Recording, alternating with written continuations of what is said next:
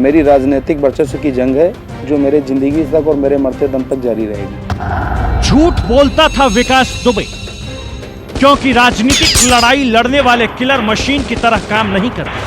हमारी राजनीतिक जंग में कभी भी ऐसा कुछ भी नहीं हुआ कि मैंने किसी को मरवाया हो या किसी को मारा हो या किसी को मारने के लिए प्रेरित किया हो। झूठ बोलता था विकास दुबे, क्योंकि हत्याएं तो उसने बहुत की, जिसे चाहा उसे दिन दहाड़े गोलियों से भून दिया।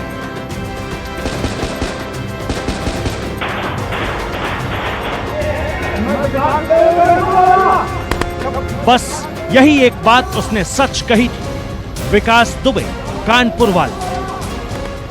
लेकिन अब यही विकास दुबे कानपुर में ही ढेर कर दिया गया।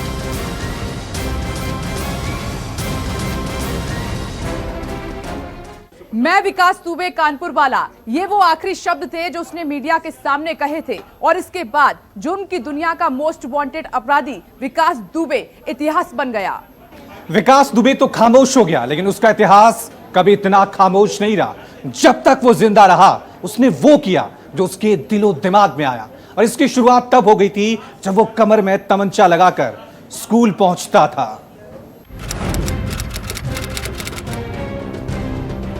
विकास दुबे के बारे में कहा जाता है कि वो शुरू से ही आपराधिक मानसिकता का था। हाई स्कूल में पढ़ाई के दौरान स्कूल में तमंचा लगाकर जाता था। विकास ने अपने चाचा प्रेम किशोर के यहाँ रहकर पढ़ाई की। 1984 में राजा दरियाव चंद्र इंटर कॉलेज में हाई स्कूल में था।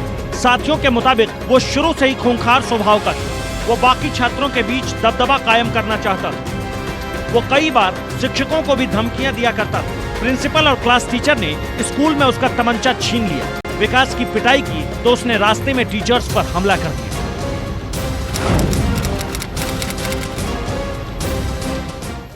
विकास इंटर की पढ़ाई करने के बाद रसूलाबाद में ही रेडियो की मरम्मत करने की दुकान चलाने लगा और 4 साल तक रेडियो ठीक करके उसने अपना खर्चा चलाया। लेकिन शुरुआत से ही इस कुख्यात अपराधी विकास दुबे को हथियारों का शौक था और अब उसे यहां से ज्यादा पैसों की आवश्यकता महसूस होने लगी थी। वहीं विकास दुबे के चाल चलन को देखते हुए उसके चाचा प्रेम किशोर ने विकास दुबे को घर से जाने के लिए कह दिया। उसके बाद विकास दुबे अपने गांव बिकरू पहुंचता है और यहां पर उसने सबसे पहले उस अपराध को अंजाम दिया जिसने उसकी छवि एक दबंग आदमी की छवि बना दी। बिकरू गांव में विकास दुबे के खेत है। उसके पिता का किसी से विवाद हुआ। विकास के पिता को कुछ लोगों ने पीट दिया। विकास ने पिता के अपमान का बदला ले लिया। सरेआम मारपीट के इस मामले में विकास दुबे के खेतों के आसपास लोग डरने लगे। कानपुर पुलिस को मिली जानकारी के मुताबिक विकास दुबे का लखनऊ में एक आलीशान मकान और जमीन भी है, जिसकी कीमत करोड़ों में आंकी जा रही है। लखनऊ के अलावा कानपुर में चौबेपुर के अलावा दिलीप नगर, काशीराम नेवादा समेत अलग अलग जगहों पर कुछ संपत्तियां विकास के नाम पर और विकास की कुछ संपत्तियां उनके रिश्तेदारों के नाम पर भी बताई जा रही है, जिनकी कीमत फिलहाल करोड़ों में आंकी जा रही है। यानी अपराध की दुनिया में रहते रहते विकास दुबे ने अपना एक बड़ा आर्थिक साम्राज्य भी खड़ा कर लिया था।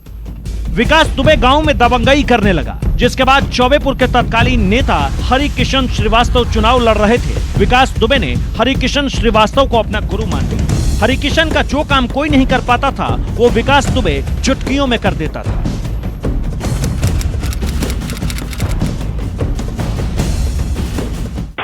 विकास दुबे ने दबंगई कायम करने के लिए जमीन विवाद में पूर्व प्रधानाचार्य सिद्धेश्वर पांडे की हत्या कर दी। सरेआम शिवली बस स्टैंड पर इस तरह हत्या पुलिस को सीधे तौर पर चुनौती थी, लेकिन पुलिस के लिए ये सामान्य कत्ल की घटना थी। हालांकि विकास ये साबित करना चाहता था कि वो हरिकिशन श्रीवास्तव के लिए कुछ भी कर सकता था। सिद्धेश्वर पांडे की हत्या के अगले ही साल विकास दुबे ने वो मौका ढूंढ लिया। 1996 में हरिकिशन और बीजेपी नेता संतोष शुक्ला चुनाव लड़े। विकास दुबे ने हरिकिशन के समर्थन में वोटिंग का फरमान दिया।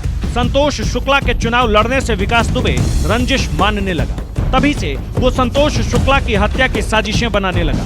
2001 में संतोष शुक्ला श्रम संविदा बोर्ड के चेयरमैन बने। इतनी कम उम्र में विकास दुबे जो करने जा रहा था, उसके बारे में विरोधियों ने तो क्या, साथियों ने भी कभी नहीं सोचा होगा। शिवली में भरी जनसभा में उसने संतोष शुक्ला पर फायरिंग कर दी। वो जान बचाने के लिए शिवली थाने में घुस गए, लेकिन बेखौफ और बेरहम विकास वहां भी पहुंच गया। उसने 20 से ज्यादा सिपाही और 5 से ज्यादा दरोगा की मौजूदगी में राज्य मंत्री दर्जा प्राप्त संतोष शुक्ला की गोली मारकर हत्या कर दी।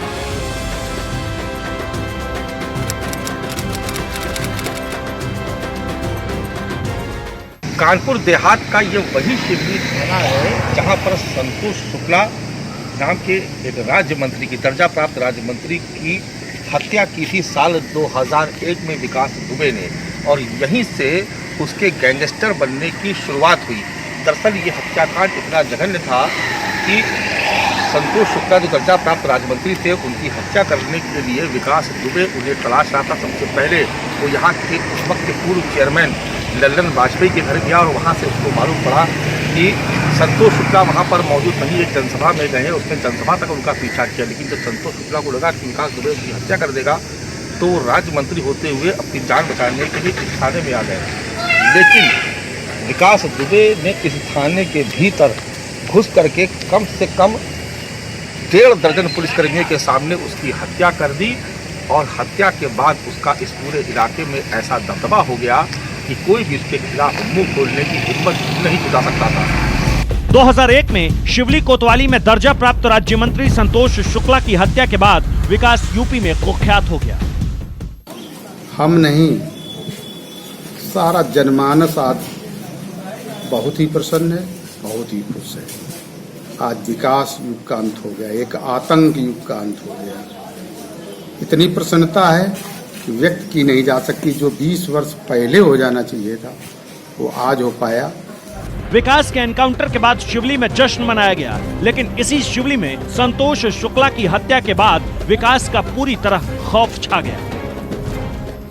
संतोष शुक्ला हत्याकांड ने न सिर्फ कानपुर बल्कि यूपी सरकार को हिलाकर रख दिया था, और उस समय राज्य में बीजेपी की सरकार थी और राजनाथ सिंह मुख्यमंत्री थे। कोशिशें तेज हुई कि विकास दुबे को जिंदा पकड़ा जाए या फिर मुर्दा पकड़ा जाए, लेकिन विकास दुबे पुलिस के हाथ नहीं आया। वहीं यूपी पुलिस विकास दुबे को चप्पे चप्पे पर तलाश रही थी। वहीं दूसरी तरफ विकास दुबे ने संतोष शुक्ला की हत्या के बाद अपनी अगली रणनीति बनाना शुरू कर दिया था। शिवली में 2 बड़े हत्याकांड को अंजाम देने के बाद विकास दुबे को पंचायत की राजनीति का रास्ता आसान लगने लगा था, और 2002 में शिवली नगर पंचायत के चेयरमैन का उसने दावा ठोका। लेकिन विकास दुबे के सामने उसका विरोध करते हुए लल्लन वाजपेयी सामने आ गए। लल्लन वाजपेयी के सियासी गुरु संतोष शुक्ला को विकास दुबे मार चुका था, लेकिन बीजेपी ने विकास दुबे के बजाय लल्लन वाजपेयी को नगर पंचायत का चेयरमैन बना दिया, और इसके बाद विकास दुबे लल्लन वाजपेयी का जानी दुश्मन बन गया। 2002 में जमानत पर रिहा विकास दुबे लल्लन वाजपेयी के घर पहुंचा। लल्लन वाजपेयी उसे देखकर भाग गए, लेकिन उस हमले में वहां बैठे श्री कृष्ण मिश्रा और कौशल त्रिपाठी की मौत हो गई। 2 साल में सरेआम 4 हत्याओं से पूरा शिवली इलाका हिल गया। दिन दहाड़े एक राज्य मंत्री की हत्या का गवाह बना ये शिवली थाना अगर उस वक्त सही तरीके से अपना मुंह खोल देता तो शायद विकास दुबे जेल में होता, उसको आजीवन कारावास की सजा हो जाती। लेकिन 1.5 दर्जन पुलिसकर्मियों के सामने हत्या करने के बाद फरार हुए विकास दुबे के खिलाफ इस थाने के लोगों ने ही सही गवाही नहीं दी, जिसकी वजह से विकास दुबे बरी हो गया और लगातार अपना काला साम्राज्य था उसका विस्तार करता चला गया। और नतीजा ये हुआ कि एक दिन ऐसा भी आया कि 8 पुलिसकर्मियों की उसने एक साथ हत्या कर दी। अगर ये थाना उस वक्त अपना फर्ज अदा करता तो शायद ना विकास दुबे के हाथ बेकसूरों की जान जाती और ना ही 8 पुलिसकर्मियों को शहीद होना पड़ता। 2002 के बाद से विकास दुबे शिवली में जो चाहता था वही होता था, लेकिन लल्लन वाजपेयी ने उसके अपराधों के खिलाफ जंग जारी रखी।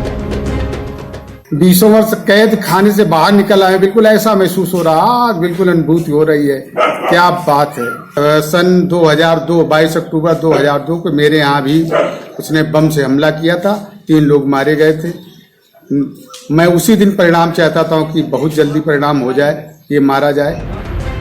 विकास दुबे जेल जाता रहा, बाहर आता रहा, उसका रंगदारी का कारोबार बढ़ने लगा। शिवली और चौबेपुर थाने की पुलिस चुपचाप सब देखती रही या देखकर नजरअंदाज करती रही। साल 2005 आया और विकास ने एक बार फिर राजनीतिक सफर की शुरुआत की। वैसे तो बिकरू गांव का हर खेत विकास दुबे का खेत हुआ करता था। जिसका चाहता था उसका खेत कब्जा कर लेता था। लेकिन खेत से विकास दुबे की अपराध की कहानी भी बहुत दिलचस्प है। कहानी ये है कि विकास दुबे अक्सर अपने इन्हीं खेतों में बैठ करके अपने गिरोह के सदस्यों से अपराध करने से पहले उनसे पूरी योजना बनाया करता था।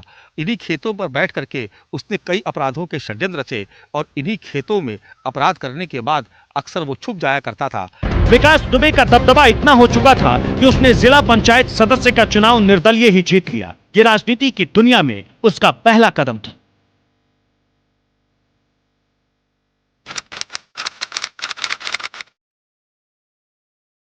कहते हैं 2002 में पीएसपी सरकार में विकास दुबे का सिक्का बिल्हौर, शिवराजपुर, रनिया, चौबेपुर में खूब चलता था। बिकरू समेत आसपास के दर्जन भर से ज्यादा गांवों में उसने दहशत कायम कर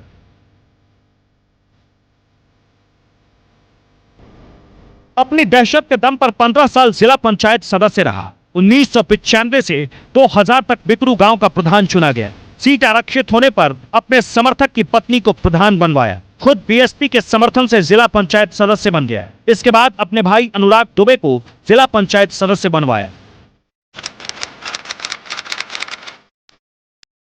विकास दुबे के गुर्गों ने कानपुर जिले के मंधना, चौबेपुर, शिवली, बिल्हौर, शिवराजपुर, कल्याणपुर तक रंगदारी वसूलनी शुरू कर दी।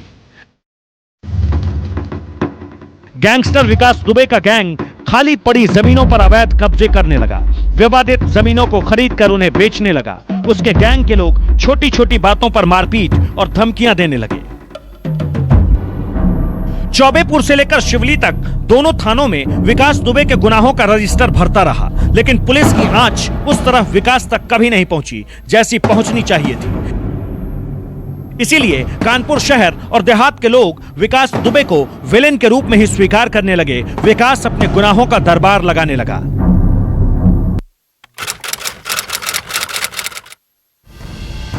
यही वो जगह है जहां विकास दुबे खुद को पंडित कहलवाता था और अदालत की तरह दरबार लगाता था। विकास दुबे इसी बागीचे में बैठकर हत्या, रंगदारी, धमकी और अवैध व्यापार की साजिश रचता था। यहां सिर्फ वही लोग आते थे जिन्हें अनुमति मिलती थी, जो साजिश में शामिल होते थे। यह भी कहा जाता है कि जब विकास कोई मीटिंग बुलाता था तो गांव में रहने वाले किसी भी व्यक्ति को बागीचे के आसपास नहीं आने दिया जाता था।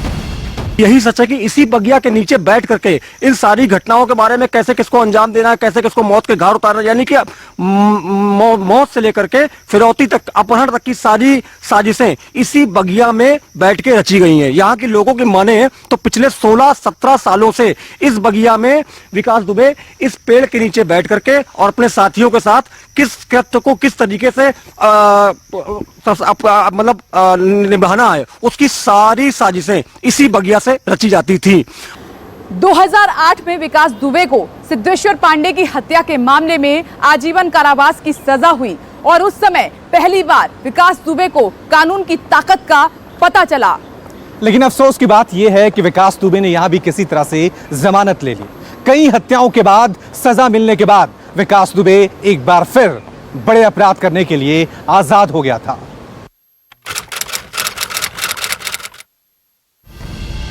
विकास का आपराधिक साम्राज्य पूर्वांचल के कई जिलों में फैलने लगा। नेता, माफिया, पुलिस सब जानते थे कि वो एक खूंखार अपराधी है।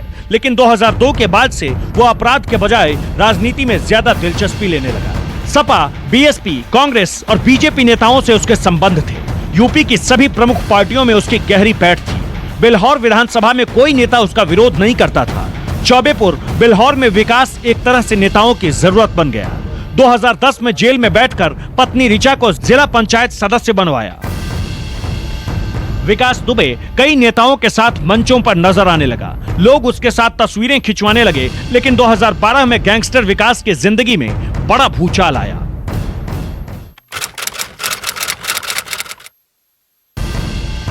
लल्लन वाजपेयी के 2 करीबियों को बम से मारने के मामले में उसे 2012 में आजीवन कारावास की सजा हो गई।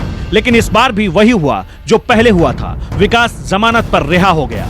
जेल से बाहर आकर विकास दुबे अब चुपचाप अपने गुनाहों की दुनिया पर सियासत का पर्दा डालकर आगे बढ़ता रहा। साल 2015 में विकास दुबे ने घिमऊ से पत्नी ऋचा को समाजवादी पार्टी के समर्थन से जिला पंचायत सदस्य बनवा दिया। बीएसपी के लोग उसे जानते थे, इसलिए खुलकर विरोध किसी ने नहीं किया।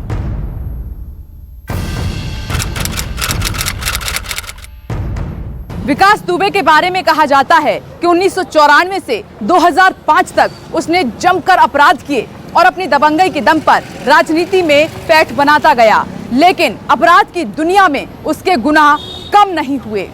शिवली, चौबेपुर और कानपुर के थानों में विकास दुबे के खिलाफ 60 से ज्यादा मुकदमे दर्ज थे, लेकिन कानून के लंबे हाथों को क्या कहें, या फिर ये कहें कि पुलिस के हाथ विकास दुबे की गर्दन तक पहुंचे ही नहीं, क्योंकि पुलिस विकास दुबे के खिलाफ कार्रवाई करने से खौफ खाती थी।